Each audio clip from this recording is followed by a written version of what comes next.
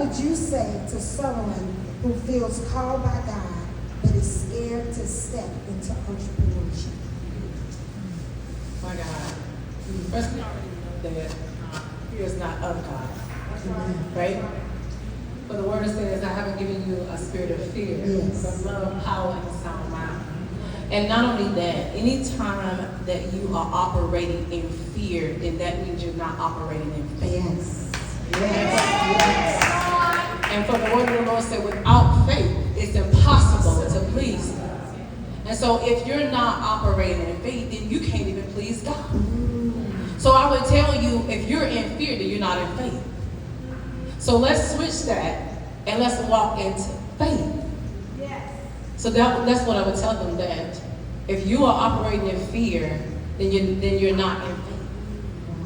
And without faith, and we're all kingdom citizens. So with that being said, we want to please God. Yes. We want to do what God has called us to do. We want to fulfill the vision, the call, the purpose that's on our life. And the only way that we can do that is to please God. Yes. So we have to do what He tells us to do. We can't stay in a place of stagnation, because fear will stagnate you. You will stagnate, and you won't be able to move.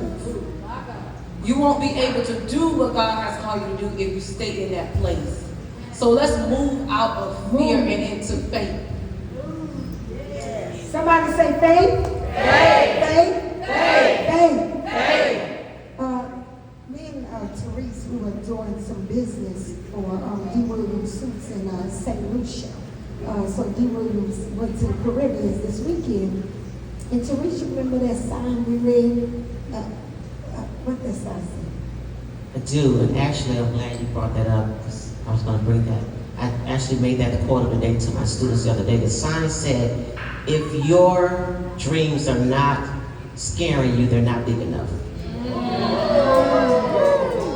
And that spoke a whole word to me, because I wake up every day with anxiety, and I'll call Pastor Dana, and I'll say, so I know my dreams are so big, but I know God is even bigger. And so if your dreams don't scare you, they're not big enough. And so here is what I shared the last time she called me. She had a big thing on the table. What am I going to do? This is what I need. I said, you're going to do what you did yesterday. You're going to trust God.